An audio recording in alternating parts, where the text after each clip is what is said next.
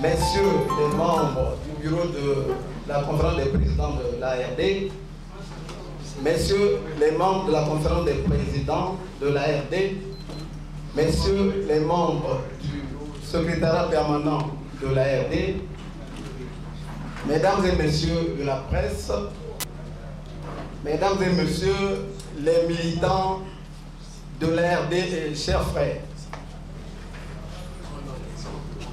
le président de l'Alliance pour la République et la démocratie, son Excellence M. Mathias Nzom, rentre fraîchement d'un long séjour en France.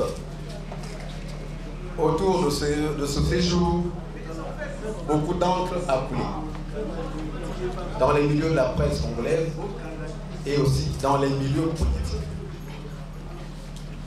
Monsieur le président de l'ARD, vous voilà en face de la presse congolaise.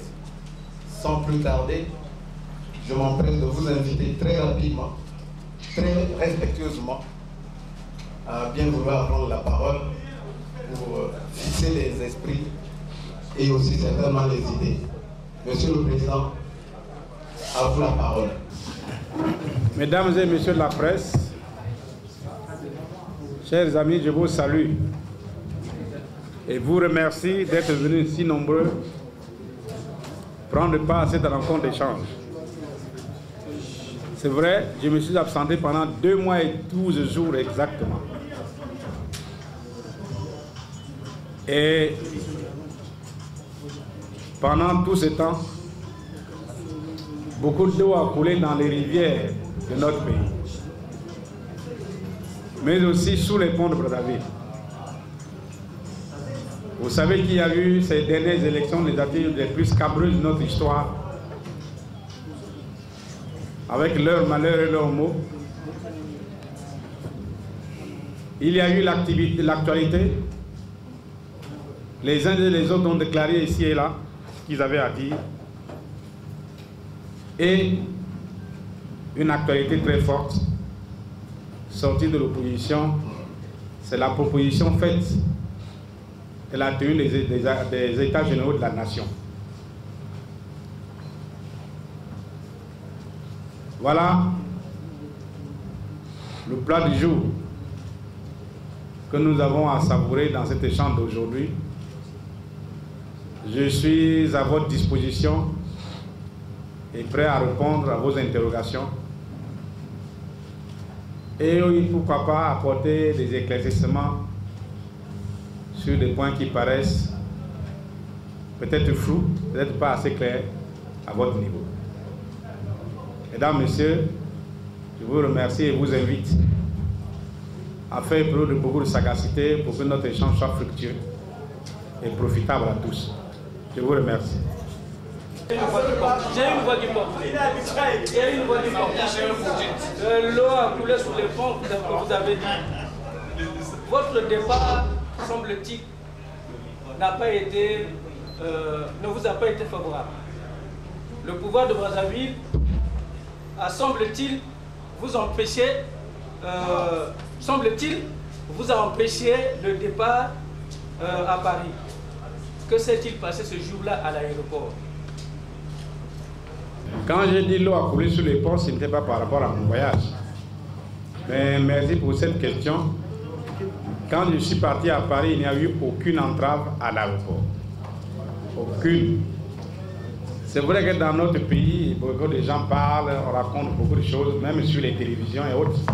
Je suis surpris d'ailleurs de ne pas voir Télé Congo en train de parler ici. Parce qu'on raconte trop de choses. Il n'y a pas eu d'entrave à l'aéroport. Après ce qui s'est passé sur la route du Nord, là, je ne crois pas que le pouvoir oserait encore venir m'entraver, m'empêcher de partir à Paris. Voilà. Une certaine opinion affirme que le pays se porte de mieux en mieux. Les institutions de la République fonctionnent normalement, ainsi que la démocratie.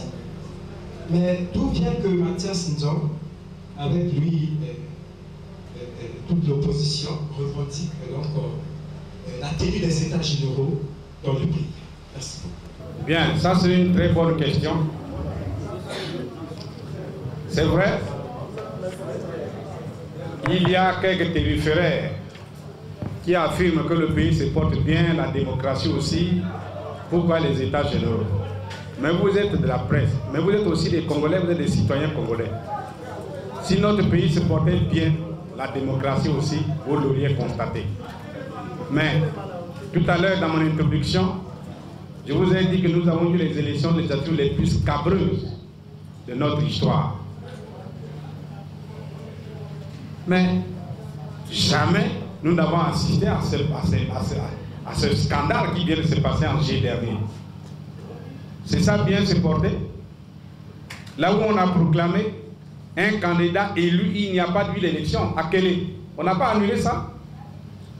On a proclamé un candidat élu à Kélé, il n'y a jamais eu d'élection à Kélé.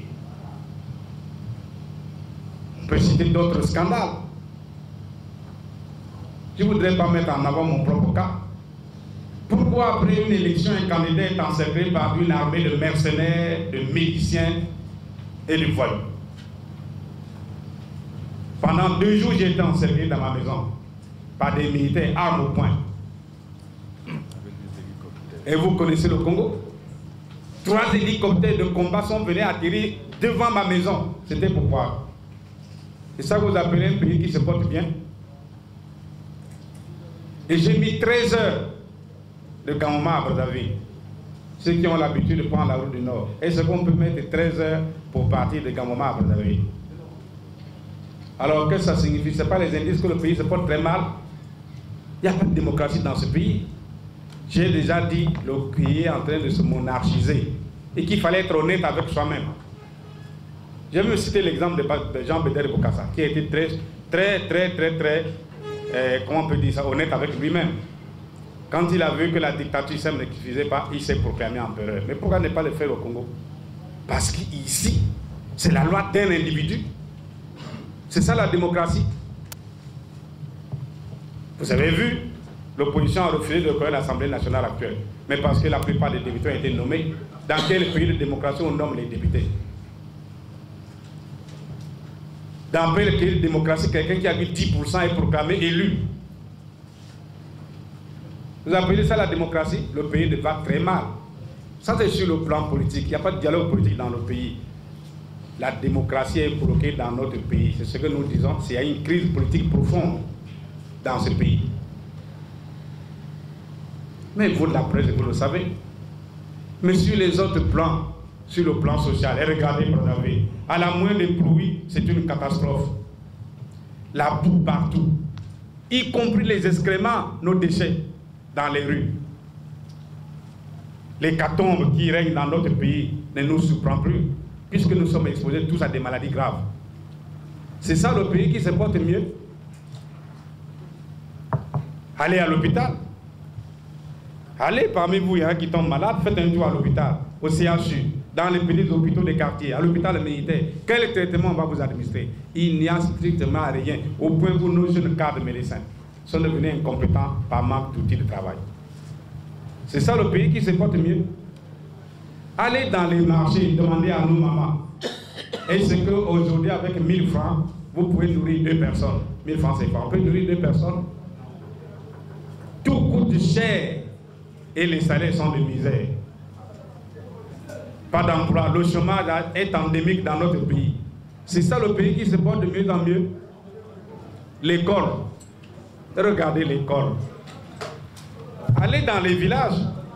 Les écoles sont animées par des volontaires à qui on donne 30 000 francs à la fin du mois pour espérer apprendre un I aux enfants. Notre pays est en faillite. Il ne se porte pas de mieux en mieux, mais il est en faillite. Voilà pourquoi nous disons à l'opposition qu'il y a une crise multidimensionnelle dans notre pays et il faut y mettre un terme très rapidement. Et c'est pour mettre un terme à cette crise que nous avons proposé les États généraux pour que les filles et filles de ce pays se retrouvent pour dire non, nous ne sommes pas destinés à la misère, nous sommes destinés à la prospérité. Notre destin, ce n'est pas la misère, c'est la prospérité. Voilà pourquoi on a créé des institutions politiques. Et vous avez dit qu'il existe dans ce pays des institutions. Quelles institutions? Ce sont les caisses de résonance d'un individu.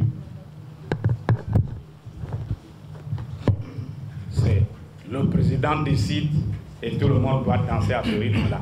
Voilà le Congo. Il n'y a rien qui marche dans ce pays. Alors ceux qui claironnent partout que le pays marche mieux, que c'est normal, c'est normal. Quand ils ont des pays de prive, quand ils font des miettes qu'ils ramassent, pendant que la grande majorité meurt de faim, la grande majorité crève de maladies, la grande majorité ne peut pas se déplacer, la grande majorité vit sous l'eau, alors on dit le pays marche de mieux en mieux. Mais la catastrophe de 4 mars, ces milliers de personnes-là, comment ils font au moment qu'il pleut? C'est ça le pays qui marche de mieux en mieux? Vous de la presse, vous devez dire non monsieur, ne nous trompez pas, le Congo est en faillite malgré l'écrasante ressources pétrolières, malgré les fortunes qui sortent du pétrole, notre pays est en faillite. Faillite parce qu'il y a une mauvaise gouvernance de ce pays-là. La gouvernance actuelle tue le pays. Voilà pourquoi il faut faire les états généraux pour définir une meilleure gouvernance.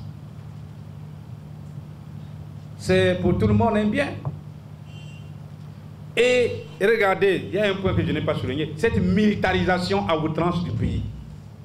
Vous passez dans les rues, il y a toujours des policiers en armes. Vous passez dans la rue, il y a toujours des militaires en armes. Mais notre pays, vous voulez vivre comme ça? On ne peut pas vivre tranquillement. Il faut toujours rencontrer dans une rue, dans n'importe quelle rue de Badawi, quelqu'un qui est en armes. Nous voulons que la paix règne dans ce pays. Et les états généraux, justement, nous permettront, dans la paix, de définir les meilleures orientations pour notre pays sans effusion de sang. Face à l'armada militaire qu'on est en train de préparer, nous opposons une argumentation politique. Nous opposons la tranquillité, la sérénité pour que nous puissions résoudre dans la paix les problèmes qui se posent dans notre pays. Voilà la définition des états, je crois que nous l'avons lancée. Alors, si ces messieurs vous disent le pays va bien, mais amenez-les faire un débat avec nous. Vous voyez des gars là-bas qui viennent faire un débat avec nous. C'est ça. Et Télé Congo, ils sont là, les gens de Télé Congo. C'est vous. Et Télé Congo devient une chaîne de propagandiste de ce genre d'ineptie. Le pays va bien, le pays va bien. Mais le pays va mal, y compris pour les journalistes de Télé Congo. Voilà, chers amis, ce que je peux dire brièvement sur cette question, mais une question d'importance sur laquelle nous reviendrons. Sur laquelle nous reviendrons. Pour permettre à tout le monde de parler, que je m'arrête là, et nous allons revenir sur cette question. Merci. Merci pour la parole accordée. Ma première question était déjà épuisée par mon prédécesseur. La seconde, c'est celle de savoir président. Pourquoi avoir choisi un média de l'Occident pour donner cette communication qui a fait la une d'un pays? Et puis, pour terminer, je m'en vais vous demander comment comptez-vous mener cette action, puisque vous réclamez les états généraux de la nation, puisque l'opposition congolaise semble être, au regard de la réalité, disséquée, fragmentée. Et je dis comment comptez-vous mener cette action au regard de cette opposition qui est fragmentée aujourd'hui, disséquée, pour preuve la crise au sein de l'UPADES. Qu'est-ce que vous en dites, président? Bien. Oh là, heureusement que c'est CB+ qui me pose cette question-là. Si ça avait été Télé Congo, vraiment, vous n'allez pas vous rater. Hein. Mais ici, demandez à vos amis, les TPT, ils sont venus faire une émission avec moi ici. Demandez, monsieur, ce qu'on peut faire une émission. Je l'ai faite. C'est passé à Pointe-Noire. C'est passé à Pointe-Noire. Mais ici à Brazzaville, Télé Congo, les autres chaînes là, je ne sais pas comment on les appelle, n'ont jamais accepté de le faire. Comme je parle, là, vous allez voir, tout à l'heure, à Télé Congo, quand ils vont faire passer, mes lèvres vont bouger, vous n'entendrez pas le son. Et il y a quelqu'un qui va se mettre à commenter, me dire. C'est ça la presse congolaise. Alors, mais si la presse internationale dit, monsieur Don, chez vous, vous êtes muselé, alors nous prêtons notre plateau. Vous voulez que je refuse? Je ne peux pas refuser. On dit, monsieur Don, mais comment? Dans votre pays, c'est le bâillonnement des libertés. La liberté d'expression est bâillonnée dans notre pays. Bâillonnée. Vous n'avez pas appris qu'on a emprisonné des gens pendant des mois ici pour délit d'opinion? Alors, ben, j'ai accepté de parler à TV5. Mais ça c'est ici. C'est passé ici au Congo. Mais quand c'est passé, qu'est-ce que vous avez fait? On a pris quelques petits oiseaux, on a mis à la télé qu'on répondait à M. Don. Mais je suis là, je vais bien les avoir ici, qui viennent pour que nous débattions devant vous, les gens qui ont fait ce truc-là. Non, c'est pas ça, c'est bien plus. Vous-même, vous m'avez proposé un jour si on pouvait faire ce genre de débat. Mais je suis disposé. Mais pourvu que ça passe intégralement, ce que je dis. Si Télé Congo est prêt, pourquoi pas? Mais en 2009, vous avez vu ce qu'on m'a fait? L'émission, si j'étais élu président de la République. Je suis passé à 20h, l'émission de M. Matin est passée à 3h du matin. C'est pas vrai? C'est pour éviter que les Congolais suivent. C'est quoi ça, ce pays-là? Et c'est ça le sort qui nous est fait ici. Et si nous demandons à ouvrir une chaîne de télévision ici, ce sera non. Comptez vous-même. Quelles sont les chaînes ici? Vous-même, CB+. Pendant des mois, on vous a bloqué parce que vous avez fait passer une interview de M. Jean Mathias. C'est pas ça? Pendant des mois, l'armée. Vous êtes gentil, moi j'aurais porté plainte. Y compris sur le plan international. Voilà le sort qu'on fait ici au Congo pour la liberté d'expression. Maintenant, en ce qui concerne l'opposition fragmentée, l'opposition n'est pas fragmentée. Qui vous a dit que l'opposition était fragmentée? L'opposition n'est pas fragmentée du tout. Vous avez ici la vraie opposition, et c'est nous. Mais vous avez l'opposition fabriquée. C'est ce qu'on appelle ça? L'opposition modérée, c'est une fabrication de pouvoir. Vous avez vu, on finance une opposition. La famille d'opposition, modérée, est financée par le pouvoir. Mais ce n'est pas une opposition, c'est une fraction du pouvoir. Donc l'opposition n'est pas fragmentée. Le fait qu'il y ait une crise à l'UPADES ne signifie pas du tout que l'opposition est fragmentée. C'est normal. Les divergences d'un parti font partie de l'histoire d'un parti. Mais vous connaissez l'histoire au Congo.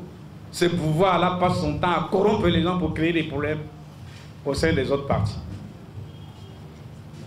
Au sein des autres partis. Mais au PCT, est-ce que vous pouvez aller faire un débat au PCT? Non. C'est un parti où on va pour applaudir. PCT, PCT. Les Congolais disent PCT. C'est ça, non? On va là-bas pour applaudir, mais on ne fait pas un vrai débat politique. Mais là où il y a des partis qui peuvent faire un vrai débat politique, alors on fait tout. On va arroser l'argent pour corrompre les faibles, créer des problèmes dans ces partis-là. Mais ce n'est pas la fragmentation de l'opposition. Mais nous sommes là debout, l'opposition congolaise. Mais si l'opposition est si faible que ça, mais que le pouvoir accepte les États généraux, et nous allons voir dans le débat politique que nous allons avoir lors de la tenue des États généraux. Vous y serez conviés d'ailleurs, parce que nous nous proposons que la société congolaise dans son ensemble se retrouve dans le débat sur la situation de son pays, au plan économique, au plan social, au plan financier et au plan politique. Tout.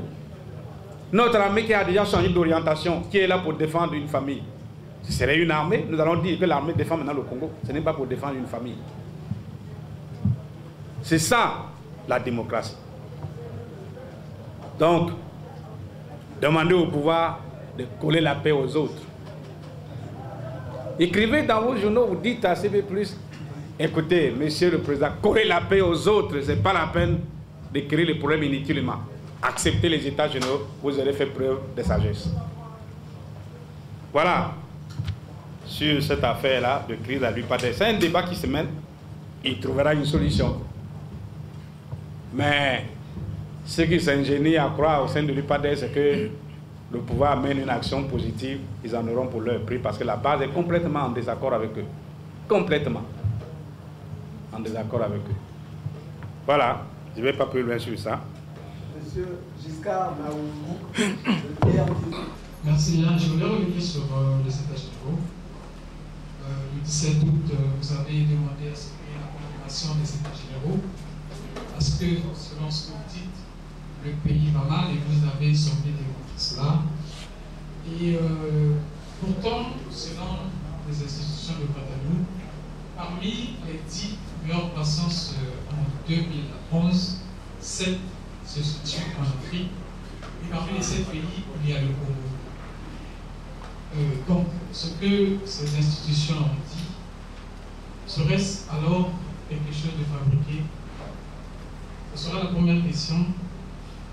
Et sur les antennes de TV5, Monsieur le Président, vous avez dit que les députés qui sont à l'Assemblée, les députés de l'UPADES, ce sont des députés qui ont été nommés parce qu'il n'y a pas de cette formation politique au sein de ce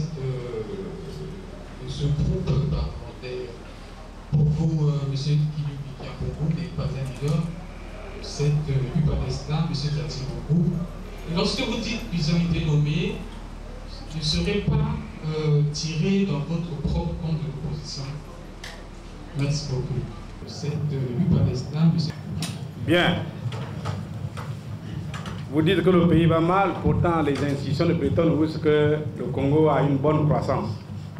D'abord, vous constaterez que les chiffres donnés par le Fonds monétaire et les chiffres du Congo sont très divergents. Le Congo part d'une croissance à 2 chiffres, alors que la croissance en 2011 et 2012 ne dépassera pas les 5% au Congo. C'est 5,7%.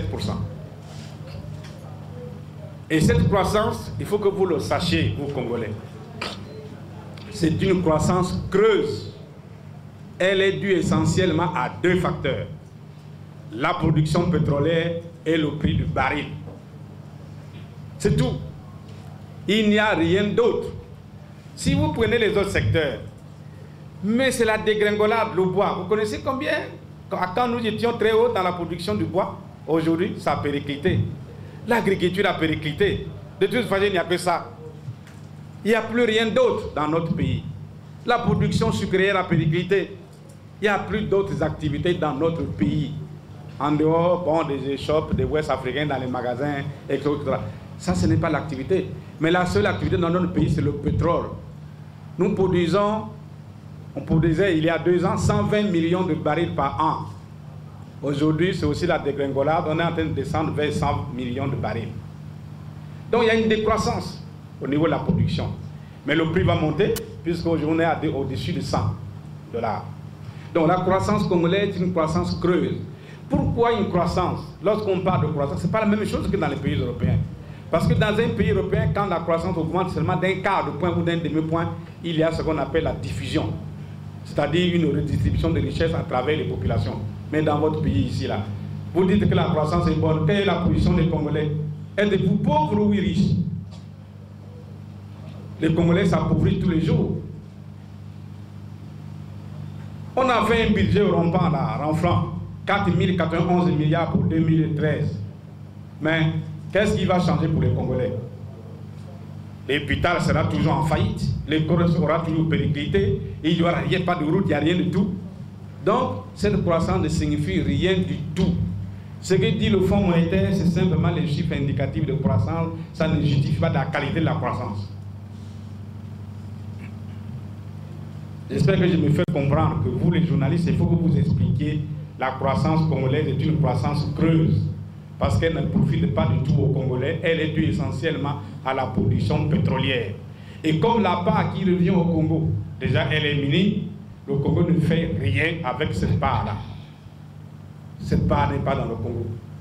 Elle ne connaît même pas la liquidité de l'économie puisqu'elle n'est pas placée à l'intérieur du Congo, mais à l'extérieur. Voilà la situation qui est dans notre pays. Ça devait vous inquiéter, vous les journalistes. Vous devez faire des grands articles sur ça.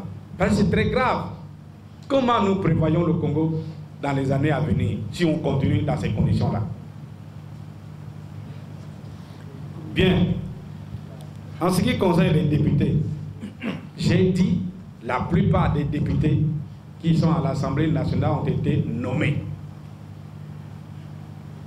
Et le journaliste a dit, messieurs de l'UPADES, ils ont été tolérés, vous voyez très bien, il n'y a aucune personnalité de l'UPADES qui a été élue. Mais c'est vrai. Vous n'êtes pas d'accord avec moi? Vous n'êtes pas d'accord, il n'y a aucune personnalité d'opposition qui a été élue? Personne. Même moi, à plus de 85%, on a dit que j'étais battu. Non? C'est la réalité. On a toléré. Peut-être qu'il y a eu un deal quelque part, mais voilà la situation est celle-là. Parce qu'on avait besoin d'une assemblée qui ne pose aucun problème lorsque des projets sordides comme révision constitutionnelle, succession familiale du pouvoir vont arriver, alors l'Assemblée va applaudir.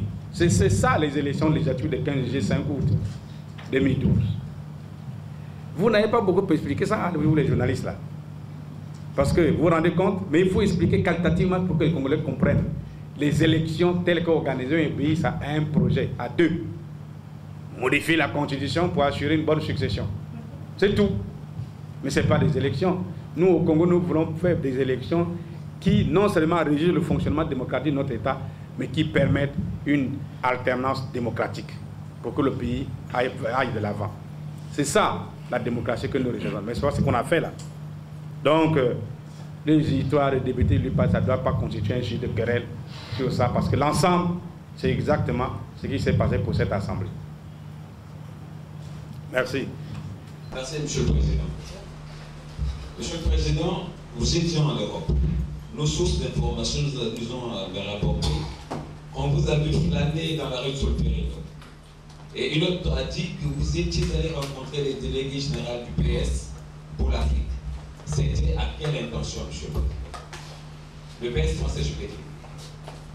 Monsieur le Président, on vous connaît ancien membre de la FEANF. Il me semble que tous les gars de la FEANF se sont résultés, dont un de vous est déjà président de la République. Je veux parler du président guinéen. Qu'est-ce que vous avez dit à cette connexion des anciens de la FEANF? Monsieur le Président, vous aviez un partenaire à l'opposition qui s'appelle l'UPADES. Il vole en éclats parce que votre offre politique fait du désordre à l'UPADES. Nous savions que l'offre politique des États généraux de la nation date de 2009 dans le discours de l'ARD. Pourquoi aujourd'hui ces discours fait-il tapage à l'UPADES quand on sait que les uns et les autres qui prennent position contre les États généraux de la nation étayaient vos partenaires les plus forts? Ensuite, Monsieur le Président, est-ce que vous pouvez nous dire pourquoi la lettre ouverte de l'opposition à Monsieur le Président de la République?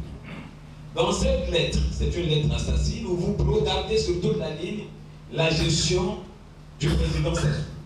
Et les États généraux ne peuvent être convoqués que par lui. Comment regarder un homme et demander à cet homme-là de convoquer les États généraux? Pour terminer, Monsieur le Président, quelle différence faites-vous entre les États généraux de la nation et la conférence nationale souveraine? Merci. Bien. Voilà. C'est vraiment maintenant. Alors, qu'êtes-vous parti faire à Solferino, rue Solferino? Ouais, c'est tout le siège du PS. Mais nous sommes une formation politique. Vous voyez, la RDC, c'est important. C'est 10 partis politiques. Nous ne pouvons pas vivre en vase clos. J'ai été à Solferino pour rencontrer également une autre formation politique, qui est le Parti socialiste français. C'est l'échange. C'est ça, la bonne pratique politique. Rencontrer les autres, changer d'expérience, donner des informations sur le développement politique dans votre pays. Et aussi, ils ont dit comment ça se passe en France. Ils venaient d'ailleurs de terminer leur congrès à Toulouse. Moi, informé sur ce qui s'est passé à Toulouse. Et j'ai informé sur ce qui se passe au Congo, au niveau politique et de façon générale. C'est une bonne chose d'ailleurs. Il faut développer ce genre d'échange-là. Bénéficier de l'expérience des autres, c'est très bon. Mais ne pas le faire en bandit.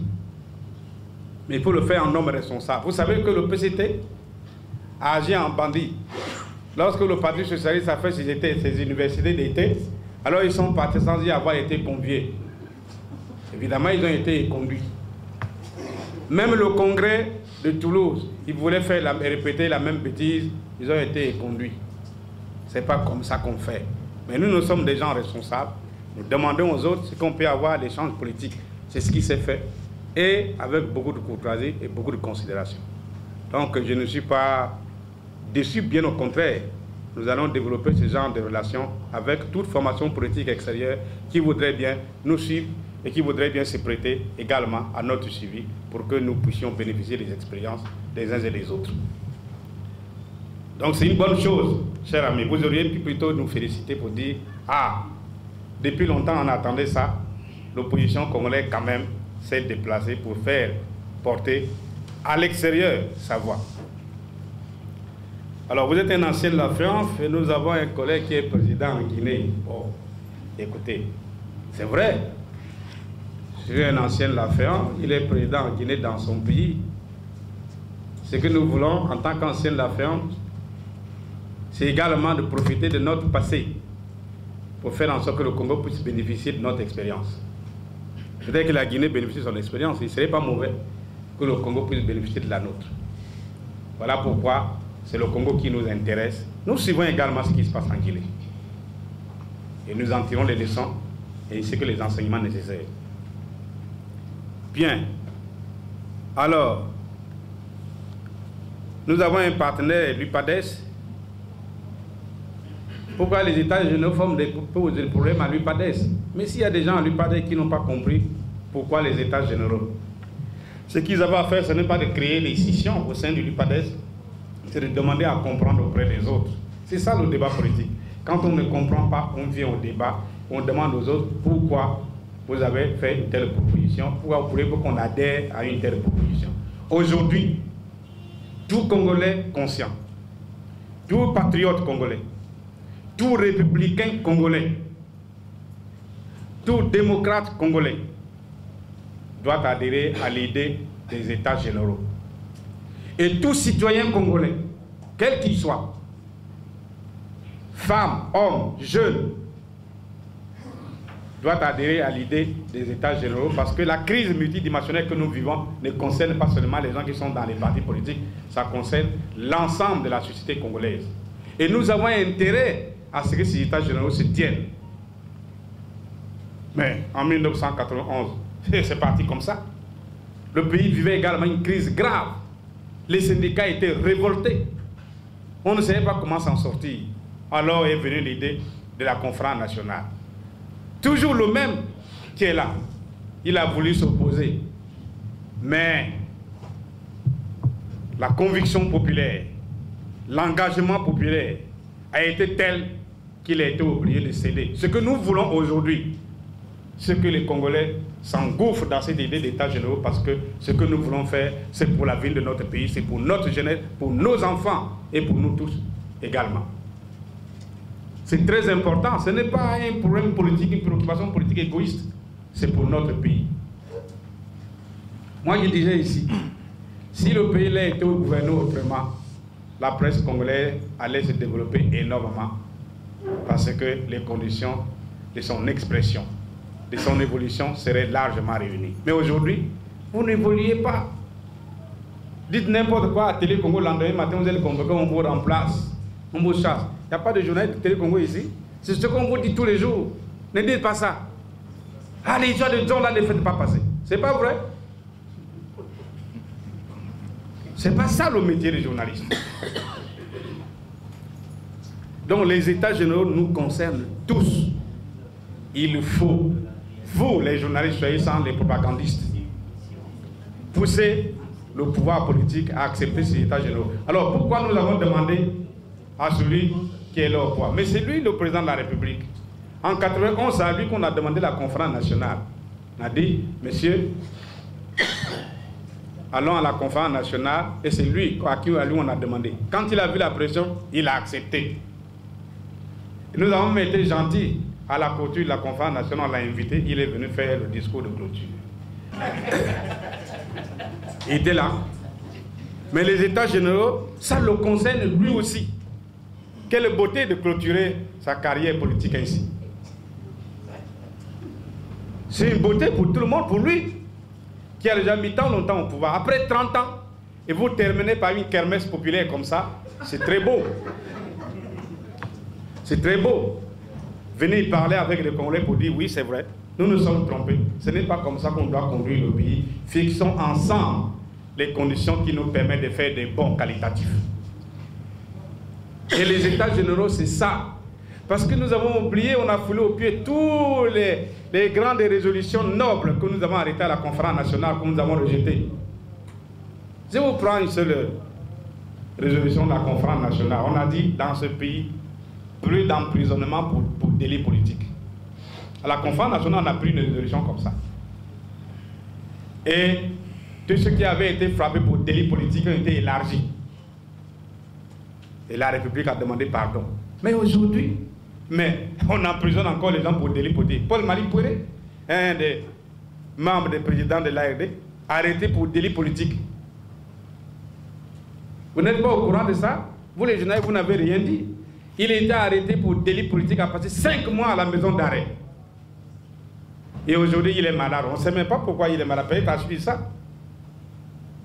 Nous ne voulons plus que cela revienne dans notre pays. Alors, pour bien sceller ça, allons dire ça ensemble aux États généraux. Il y a beaucoup de problèmes. Tout à l'heure, vous avez parlé de la croissance creuse.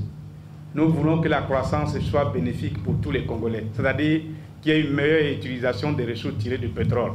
Alors, ce n'est pas en parlant ici, allons dire ça ensemble aux États généraux.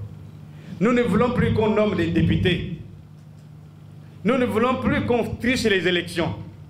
Nous ne voulons plus qu'on achète des quantités d'armes qui vont venir tuer les Congolais. Alors, allons dire ça ensemble aux États généraux et prenons ensemble la décision qui nous permette d'éviter tout cela. Comme ça, si nous sommes d'accord sur ça, mais on n'aura plus des pantins qui constitueront des commissions électorales ici. On aura des patriotes congolais qui seront à la tête de commissions électorales pour que les élections se déroulent normalement en 2013 et en 2016. Et quand on sera en 2016, le président s'assoit fini. C'est son dernier mandat. Et il va dire oui, mais moi j'ai fini. Bon, bonne chance à celui qui sera élu. Messieurs, dans la liberté, la transparence et la justice, allez aux élections. Voilà ce que nous demandons pour les États généraux. C'est mauvais ça? Est-ce que c'est mauvais? C'est très important pour notre pays. Et notre société attend cela. Notre peuple attend cela. Et ça nous éviterait des arrestations à la gomme, des dévastations genre 4 mars. Il n'y aura plus cela.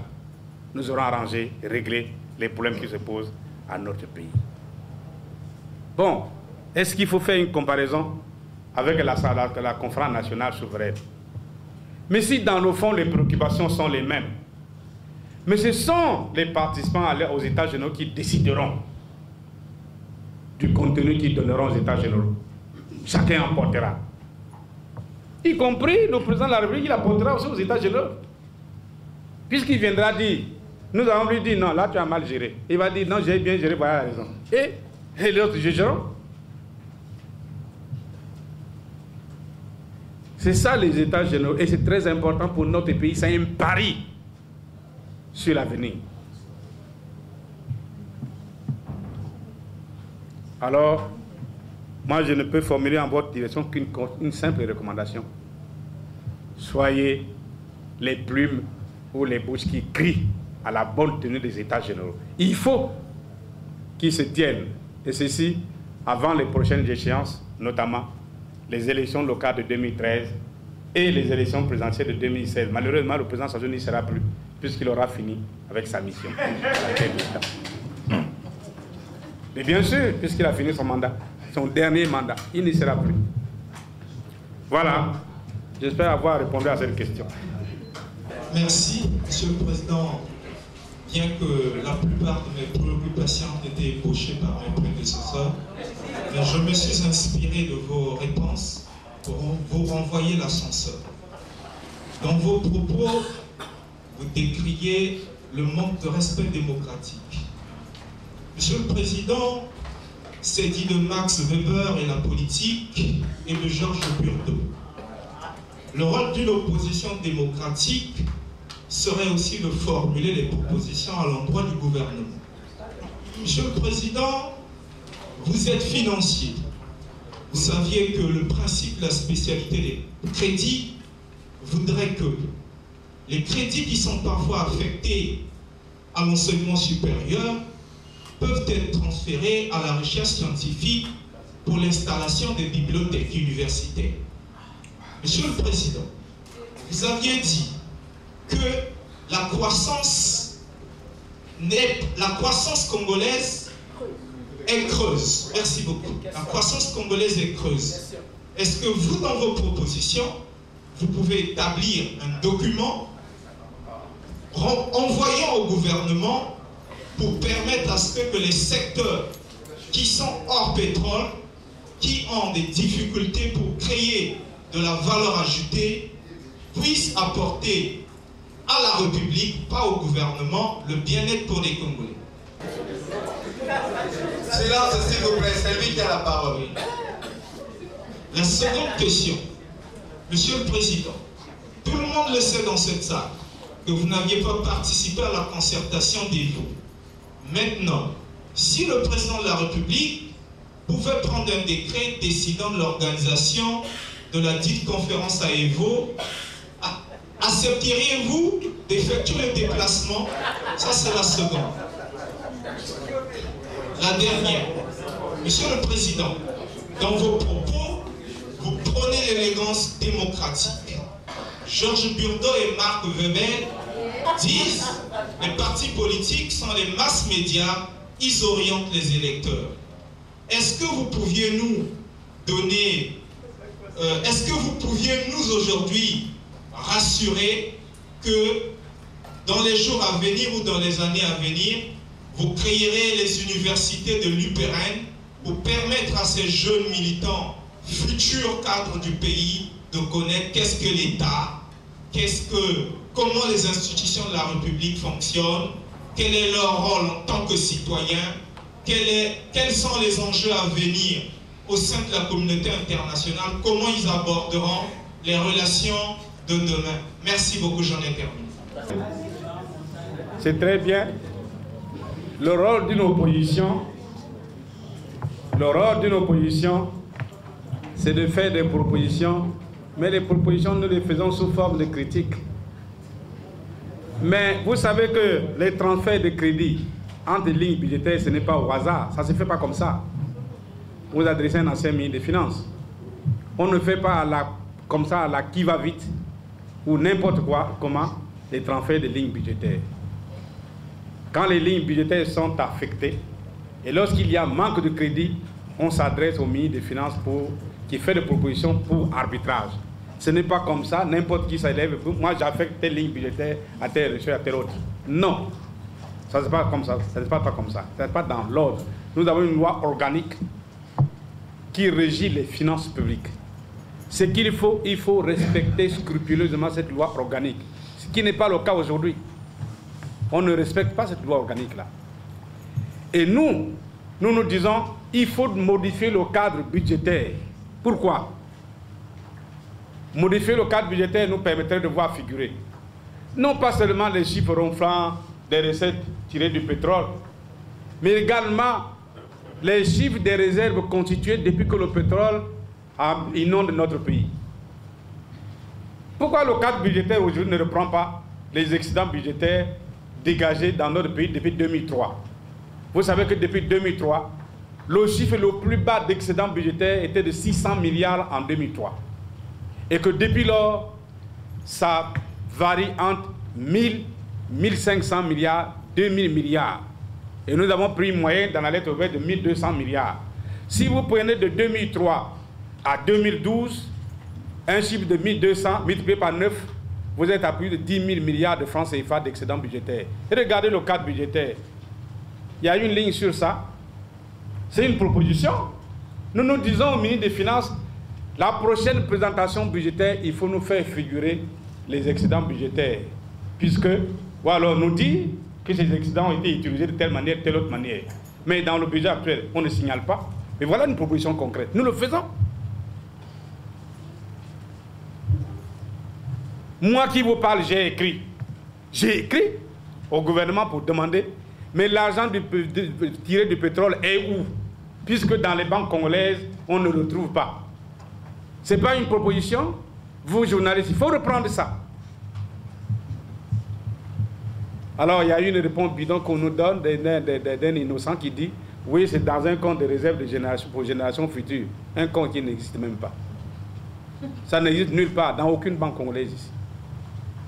Alors, Quelle proposition vous cherchez? C'est ça les conseils que nous demandons de nos gouvernements. Il faut utiliser utilement les faibles ressources tirées du pétrole au profit des Congolais. C'est une proposition concrète. Bien. Et puis, il faut dire aux Congolais la vérité. Nous avons dit ici, dans cette salle, que le tronçon qui part des 10 maisons à Mongali jusqu'à Mayamaya, ça fait 2,5 km. Le gouvernement a dépensé 9,5 milliards.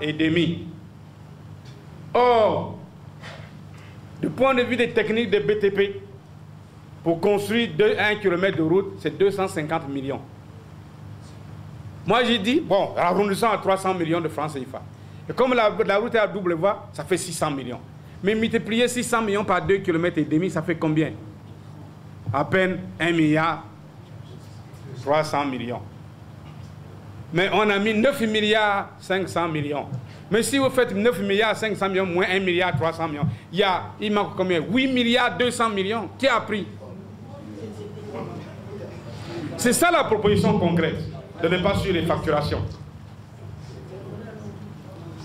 Allez à Mayamaya, nous disons non, arrêtez avec les surfacturations. Cet aéroport-là, le coût, peut-être 80 milliards, mais on est à plus de 200 milliards de francs CFA. Pourquoi? Dans les autres pays, ça coûte moins cher et au Congo, on doit arriver à ce genre de taux. C'est une proposition concrète pour que l'argent qui reste bénéficie aux Congolais. Pour qu'ils cherchent des propositions. C'est les conseils que nous faisons au gouvernement. Alors, je dis que la croissance est creuse. Mais oui, je vous ai démontré ici pourquoi elle est creuse. Est-ce que vous avez fait des propositions? Bon, vous avez vu, moi, j'ai écrit quand j'étais candidat à l'élection présidentielle un livre qui s'appelle Le Congo aujourd'hui et demain. Je crois que vous-même, vous devez le lire. Et vous verrez que dedans, on propose dans tous les secteurs une politique différente de celle qui se passe aujourd'hui. Complètement différente. Mais ce que nous demandons au gouvernement, c'est de développer les secteurs qui s'occupent de l'alimentation des Congolais, de l'éducation des Congolais, de la santé des Congolais. Mais aujourd'hui, nous sommes obligés d'importer du poulet congelé avec tout ce que ça se pose comme maladie.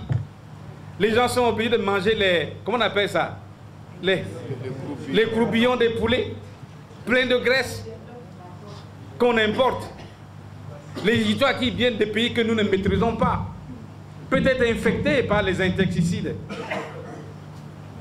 Nous importons pour près de 150 milliards de francs CFA par an d'aliments. Dans un pays aussi riche comme le nôtre, aussi vierge, nous ne pouvons pas le produire. Quand on fait cette critique-là, on va prendre une colcose qu'on a mis à côté d'une peau là sur la rue du Nord pour dire voilà ce qu'on a fait. Mais c'est un colcose qui ne répond pas aux besoins du Congo. Quand on dit qu'il faut créer des emplois, alors qu'est-ce qu'on dit? Ah, que les Brésiliens sont venus pour faire de la pagaille là en disant oh, à Maluku, on a créé une zone industrielle. Mais non, mon vieux, il faut avoir un peu d'intelligence. Voilà les propositions concrètes que nous faisons pour qu'il y ait une vraie croissance au profit des Congolais. On a vu, non? Construire une école, c'est difficile. Quand il y a eu le 4 mars, là, il y a eu une école à côté de moi, là, dans la rue, vers la lycée de la Révolution. On a fait ça rapidement. Mais pourquoi par les temps normaux, on ne peut pas faire ça rapidement? Et quand on pose la question où est le pétrole, on dit ah, on a construit des routes, la route de Pointe-Noire, le barrage d'Imboulou. Mais tout ça, c'est sur crédit chinois. Le barrage d'Imboulou, les Chinois nous ont prêté 236 millions de dollars. La route de Pointe-Noire, c'est un prêt chinois. Il y en a 13 prêts chinois. Et alors, mais si nous empruntons, mais notre propre argent est parti où? C'est ça la question que nous posons. Nous empruntons, mais notre argent, on fait quoi?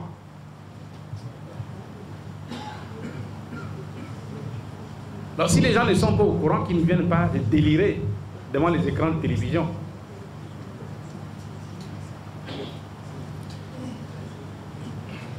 Bon, oui, je n'ai pas participé à la concertation d'Evo. Mais Evo, ce n'était pas une concertation. Evo était une supercherie. J'ai toujours utilisé ce mot-là. Vous m'avez jamais demandé pourquoi vous ne dites pas, vous me dites supercherie. Voilà ce qui s'est passé. Nous, Au front des partis de l'opposition congolaise, il y a 19 partis. 19. Sur 19 partis, 3 partis seulement ont reçu les invitations. Je vais vous les citer, notez s'il vous plaît. 3 partis seulement ont reçu les invitations. L'UPADES, l'UDE Mwenda et le PAD. Voilà les 3 partis qui ont reçu les invitations. Mais qu'est-ce qui se passe?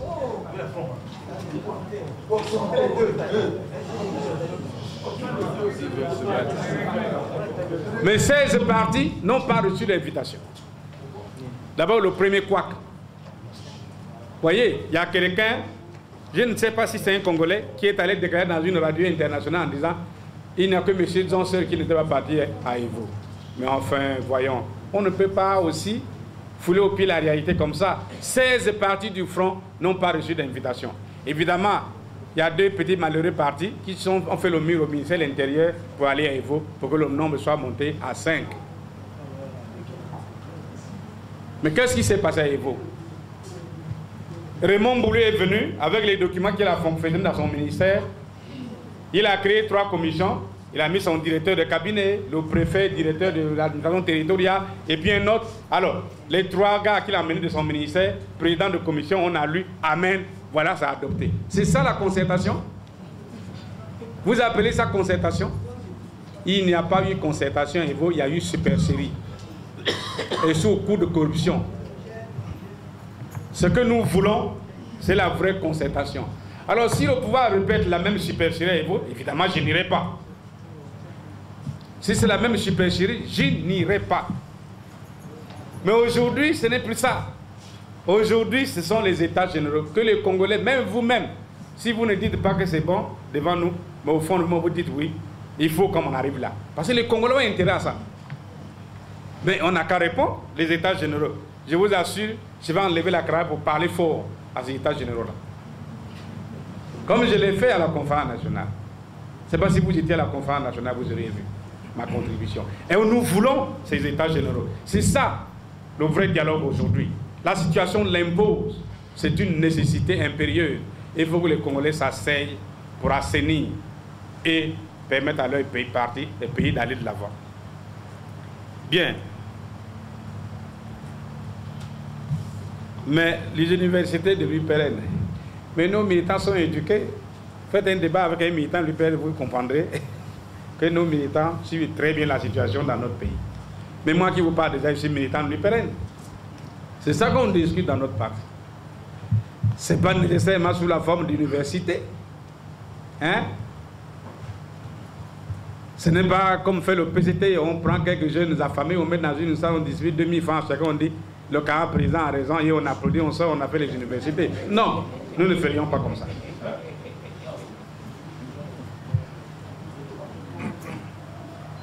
Donc, si vous souhaitez, le jour-là, que nous allons faire un débat, venez. Venez. De toute façon, nous avons en perspective un grand rassemblement de l'ARD à Brazzaville ici, pour venir écouter ce que pensent les militants de l'ARD sur les États généraux et sur la situation de notre pays. Vous pouvez venir, on ne vous chassera pas. Vous pouvez venir, vous écouterez le débat, l'essence, la profondeur du débat sur la situation dans notre pays. Merci. Sur les zones de RFI et à DV5, précisément à l'émission Afrique Presse, vous êtes longuement revenu sur les États généraux de la nation. Une question se pose. Parce que le pouvoir de son côté dit que le pays se porte mieux par la voix de son secrétaire général du PCT, M. Pierre Ngolo, tout le monde a suivi à RFI. Il a dit que l'opposition cherche une fois de plus à bloquer le pays. Ce qui veut dire que votre revendication n'est pas entendue d'une bonne oreille par le pouvoir. La question, de quels moyens disposez-vous pour vous faire entendre? Face à nos confrères de la presse internationale, vous avez répondu à une question de ce genre, mais dans votre réponse, nous avons relevé une équivoque.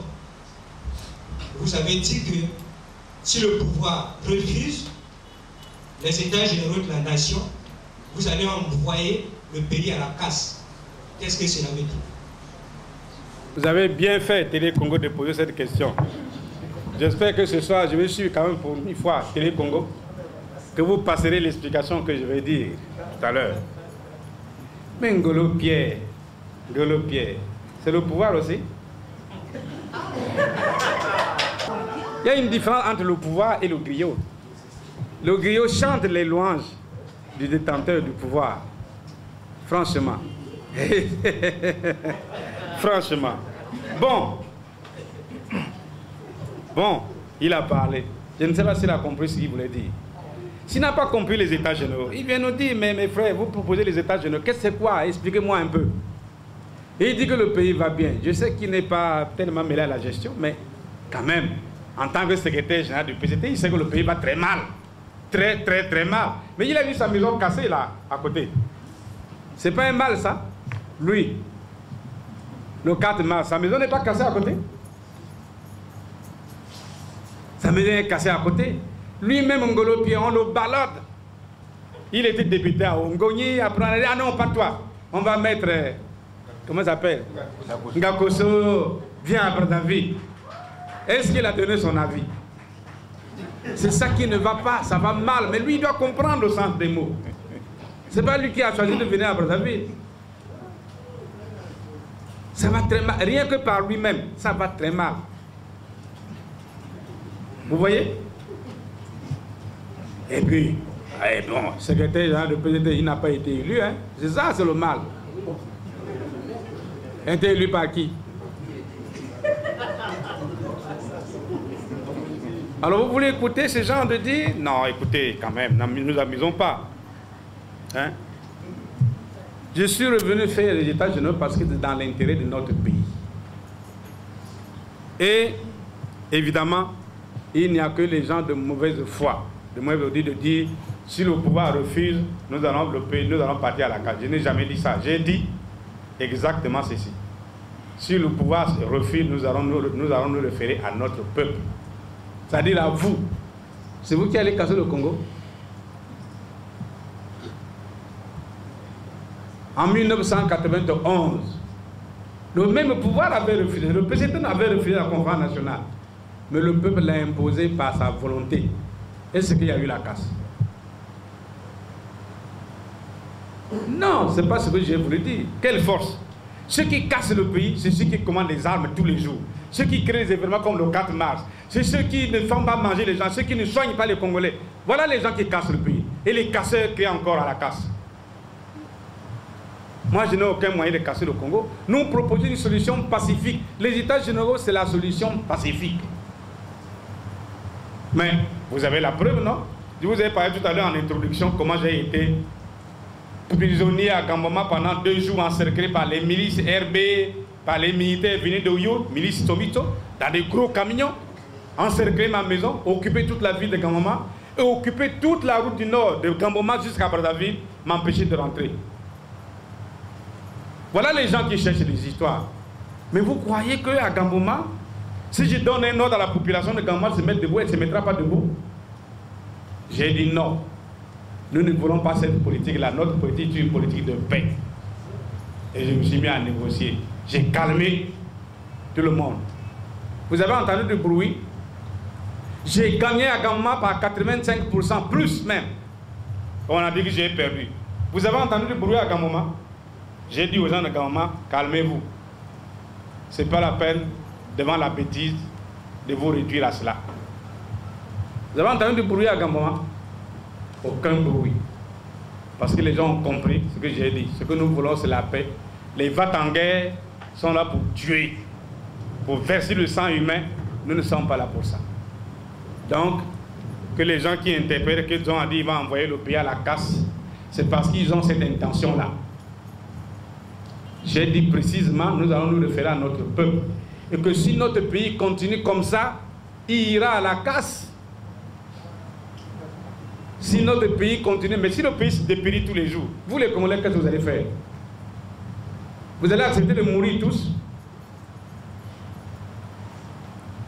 Regardez les Libyens, Kadhafi, il y avait beaucoup d'argent de pétrole là-bas.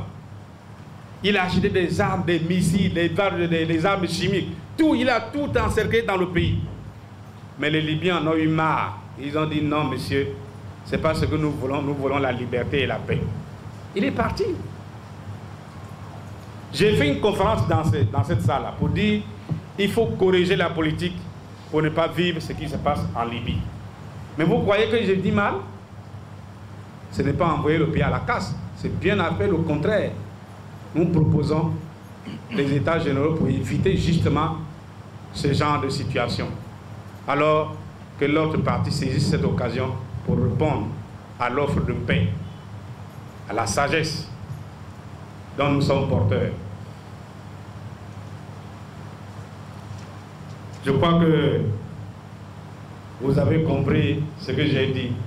Et ce terrifiant qui pense que le Congo va bien, tout se porte bien et tout ça, parce que lui, le soir, on lui apporte à manger pendant que les autres souffrent. Enfin, c'est un égoïste. C'est l'égoïste. Il ne pense pas aux autres. Mais moi, je pense aux autres. Je pense aux autres. Je pense aux autres.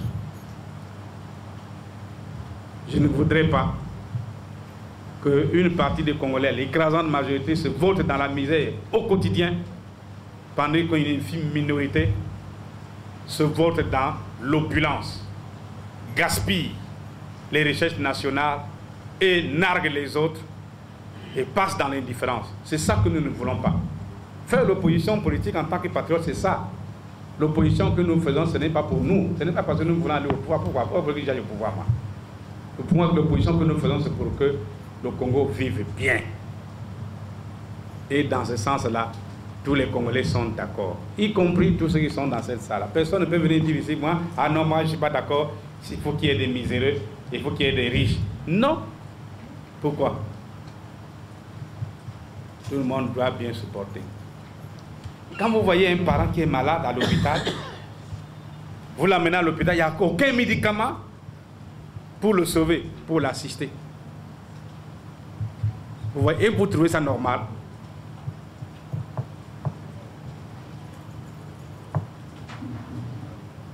Quelqu'un est là à l'hôpital, nous on ne l'assiste pas, il est en train de mourir. Mais faites quelque chose, docteur.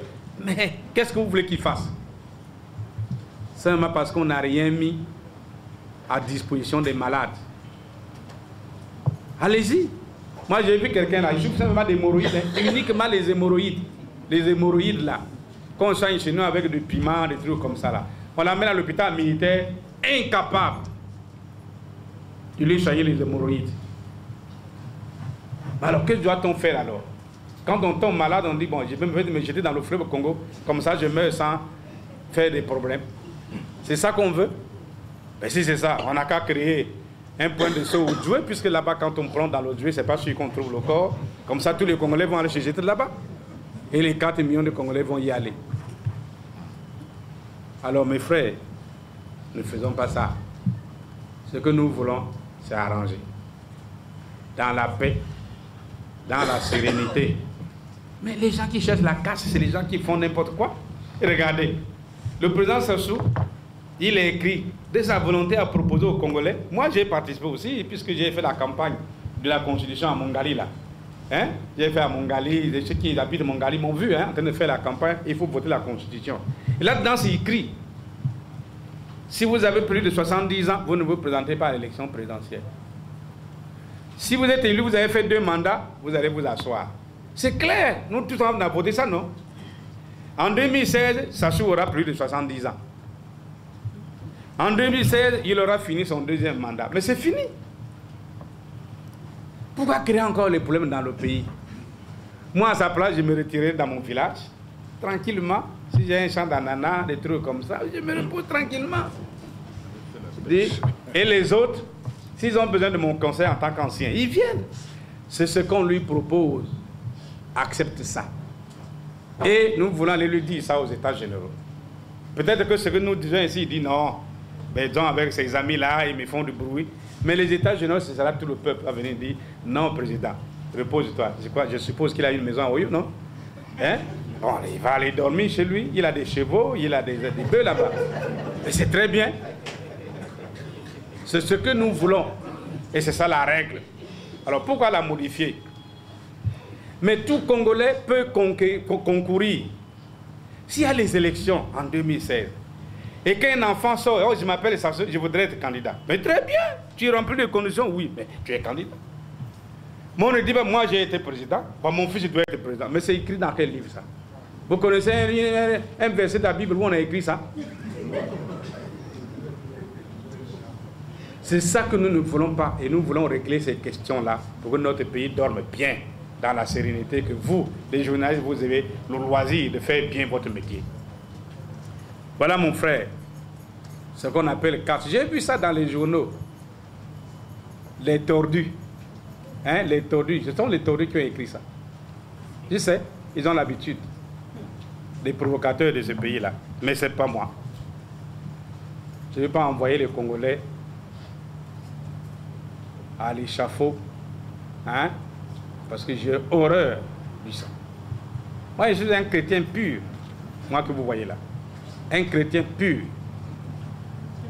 Chrétien pur, il ne veut que du bien des autres.